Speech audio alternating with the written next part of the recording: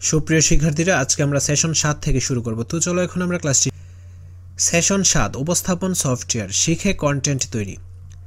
আমরা আমাদের লক্ষ্যদল থেকে প্রাপ্ত সমস্যাগুলোর সমাধান, শ্রেণীবিন্যাস করতে মাইক্রোসফট ওয়ার্ড প্রসেসিং অনেকখানি শিখেছি।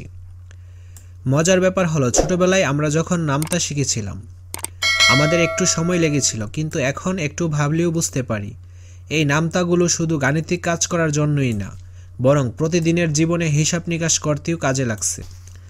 ওয়ার্ড প্রসেসিংও ঠিক একই রকম। এটি শিখে গেলে অন্য সফটওয়্যার আমরা সহজে আয়ত্ত করতে পারব। আজকে আমরা কম্পিউটারের আরও একটি সফটওয়্যারের সাথে পরিচিত হব, সেটি হলো মাইক্রোসফট। এটি অনেক বেশি ব্যবহৃত একটি উপস্থাপনা সফটওয়্যার। এছাড়া উপস্থাপনার জন্য প্রেজি, ক্যানভা, গুগল স্লাইড এরকম আরও অনেক সফটওয়্যার আছে। তবে মাইক্রোসফট পাওয়ার পয়েন্ট যেহেতু বেশ সহজ, তাই আমরা সবার আগে এটি শিখে নিব। এটি জানা থাকলে অন্যান্যগুলো শেখা অনেক সহজ হয়ে যাবে। ওয়ার্ড প্রসেসিংয়ের মতোই প্রথমে মাউসের ডান পাশে ক্লিক করলে, নিউতে ক্লিক করলে অনেকগুলো সফটওয়্যারের নাম আসবে। আমরা Microsoft power point presentation select করব। এবার একটি ফাইল তৈরি হয়ে যাবে। পূর্বের মতোই রিনেম করে আমাদের পছন্দ মতো নাম দিব। ফাইলটির উপর ডাবল ক্লিক করে ফাইলটি, তো আমরা মাউসের রাইট বাটনে ক্লিক করে নিউতে ক্লিক করব। তারপর মাইক্রোসফট পাওয়ার পয়েন্ট প্রেজেন্টেশন এইটাতে ক্লিক করব। ক্লিক করার পর একটা মাইক্রোসফট পাওয়ার পয়েন্টের ফাইল তৈরি হয়ে গেল। দেন আমরা রিনেমে ক্লিক করে, এই যে দেখো, আমরা এখন রিনেমে ক্লিক করব। রিনেমে ক্লিক করে এটির নাম দিতে পারি। আমি এখানে 1 2 3 দিচ্ছি। পাওয়ার পয়েন্টে অনেক ফিচার রয়েছে যা আমরা নিজে নিজে প্রয়োগ বা অ্যাপ্লাই করলে খুব মজা করে শিখতে পারবো। তবে শুরুটা করতে হবে বাম পাশের নিউ স্লাইড থেকে।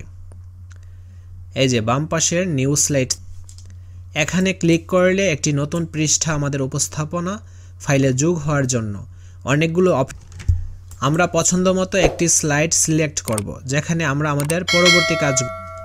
তো এখানে ডাবল ক্লিক করে মাইক্রোসফট পাওয়ার পয়েন্টের ফাইলটাতে ঢুকব। এখানে দেখো নিউ স্লাইড অপশন রয়েছে, এখানে তারপর নিউ স্লাইডে আমরা এখন কাজ করব। মাইক্রোসফট পাওয়ার পয়েন্টের কাজগুলো ধাপে ধাপে বর্ণনা করা জানতে গেলে আমাদের কাজ করতে একটু তার চেয়ে বরং মেনু বারের কিছু টুলসের কাজ কি তা জেনে নিয়ে নিজেরাই চেষ্টা করি একটি প্রেজেন্টেশন তো হোম মেনু বারে কোনো লেখাকে ছোট বড়, লেখার ফন্ট পরিবর্তন, রং পরিবর্তন, কোনো পরিচ্ছদকে সমান করা, পৃষ্ঠায় কোনো লেখার অবস্থান ঠিক করা, এই কাজগুলো। এই যে দেখো হোম মেনু বার, ঠিক আছে। এই হোম মেনু বারে কোনো লেখাকে ছোট করা, তারপর বড় করার কাজ করা হয়।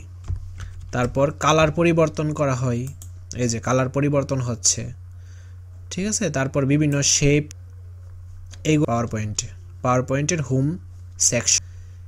ইনসার্ট মেনু বার, ছবি, ছক, বক্স, আইকন ইত্যাদি বসানো যায়। সর্বডানের মিডিয়া মেনু থেকে আমরা ভিডিও এবং অডিও যুক্ত করতে পারি। এক্ষেত্রে আমরা কম্পিউটারের ছবি, ভিডিও বা অডিও আগে থেকেই সেভ বা জমা রাখতে পারি। কন্টেন্ট তৈরির ক্ষেত্রে ইনসার্ট মেনু বার সবচেয়ে বেশি। তো দেখো এখানে ইনসার্ট অপশন রয়েছে। ইনসার্ট অপশন থেকে এই যে এই জায়গা থেকে আমি এখানে এই ছবিটা নিচ্ছি। তো এখানে দেখো ছবি যোগ হয়ে গেল। তারপর ভিডিও তোমরা অ্যাড করতে পারো। তো এখানে দেখো মিডিয়া ফাইলে গিয়ে ভিডিওতে ক্লিক করে ভিডিও অন মাই পিসিতে গিয়ে যেখানে ভিডিওটা থাকবে সেই ভিডিওতে ক্লিক করে দেন ইনসার্টে এখানে ক্লিক করবে। ভিডিওটা এই ছবির মতোই এখানে এসে যাবে। তারপর ডিজাইন মেনু বার থেকে আমরা আমাদের প্রেজেন্টেশনের ডিজাইন বাছাই। তো এই হলো ডিজাইন মেনু বার। আমরা আমাদের প্রেজেন্টেশনটার ডিজাইনটা বাছাই করতে পারি এরকম। তারপর এখানে রয়েছে ট্রানজ্যাকশন, বিভিন্ন ধরনের ট্রানজ্যাকশন হবে, এই যে এরকম বিভিন্ন ধরনের হবে। দেন এখানে রয়েছে অ্যানিমেশন, কিভাবে লেখাগুলো। এখানে আপাতত ট্রানজ্যাকশন এবং অ্যানিমেশনের। আজকের ক্লাসটি এই পর্যন্তই। পরবর্তী ক্লাসটি আমরা এই জায়গা থেকে শুরু করব। ধন্যবাদ।